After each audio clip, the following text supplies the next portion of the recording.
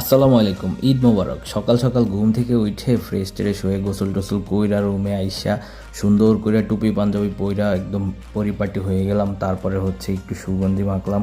সুগন্ধি হচ্ছে সুন্নত নবীজির, তো এটা মাখার পরে টেবিলে চলে গেলাম। ওইখানে মায়ের নুডলস দিল, সেমাই দিল, এগুলো খাইলাম। খাওয়া দাওয়ার পরে আসলে নুডলসটা হচ্ছে আমার খুবই প্রিয় একটা খাবার। এই খাবারটা আমি ঈদের দিন সকালবেলা খাই। তারপরে হচ্ছে তাড়াতাড়ি করে ঈদগায় যাইতেছিলাম, আসলে একটু দেরি হয়ে গেছিলো। যাই দেখি সবাই ঈদগাতে অলরেডি চলে আসছে, একটু কিছুক্ষণের মধ্যেই নামাজ শুরু হয়ে যাবে। এই তো নামাজ শেষ হওয়ার পরে সবাই একসাথে হইলাম, একসাথে হওয়ার পরে একটু মোলাকাত করলাম। আসলে ছোটোবেলা থেকেই এই বন্ধুগুলোর সাথে, ভাই ব্রাদারদের সাথেই হচ্ছে ঈদ উদযাপন করি। আসলে ওদের ছাড়া কখনো ঈদ করা হয় নাই সেই ছোটোবেলা থেকেই। তো এদের সাথে একটু বুকে বুক মিলালে আসলে একটা শান্তি অনুভব করা যায়।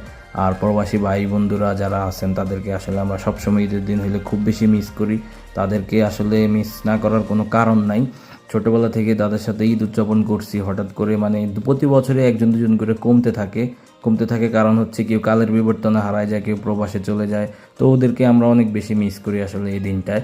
যাই হোক, ঈদের নামাজ শেষে আমরা সবাই রেডি হচ্ছিলাম হুজুরকে নিয়ে গরুর কাছে যাব গরু জবাই করার জন্য।